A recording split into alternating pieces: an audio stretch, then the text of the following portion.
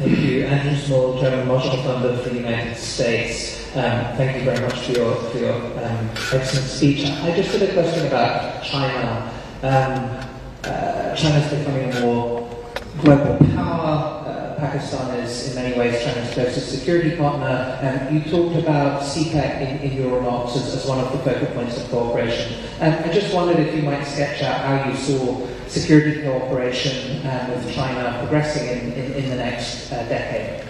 As I said in the speech, that we are not looking for camp politics. We had historically excellent regime in the United States. The good army that today we have is largely built and trained by the United States. The best equipment that we have is the American equipment. We still have deep cooperation with the United States and our Western friends. Months back, the American Air Force was here for a huge exercise with our Air Force. So we have great cooperation with the West.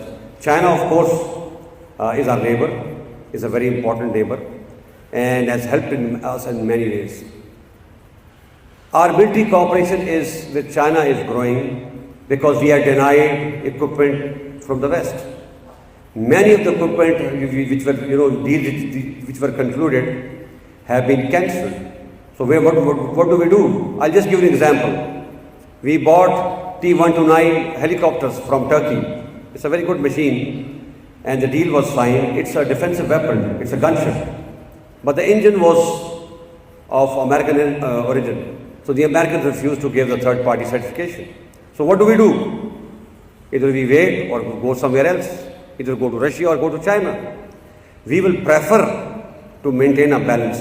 Similarly, we were making some 8 submarines, and the Germans were supposed to give the engines and everything was done. And the last moment, when the submarine was ready, the Germans refused to give us the engines. France has done the same, of course under the Indian pressure, because India is a big buyer. So what do? It is your responsibility to maintain the balance. If you are tilted towards one side outrightly, we'll find sources from where we can get weapons to save ourselves. So you need to carry out introspection whether your policy is right or not. We've been your allies for a very long time. We were part of SEATO, CENTO, Baghdad Pact. We supported you in Vietnam. We supported you in Afghanistan. We helped you dismantle the erstwhile Soviet Union. And the muck that you created, we are still trying to clean that. So we have paid a lot of cost. What are you doing about us? The question, I must ask you the question. Are you maintaining a balanced approach or not? And just to add on, a lot of people talk about CPEC. Yes, CPEC is a very important development. There was a problem in Pakistan that we had shortages of electricity, huge shortages. Nobody was coming forward because there was a lot of terrorism. So Chinese stepped forward, they took the risk and they built these plants. But it doesn't mean that Pakistan is no-go for other areas. If you feel that there's too much of Chinese influence in Pakistan, the only way you can counter is by bringing in the counter investment. Who stops you?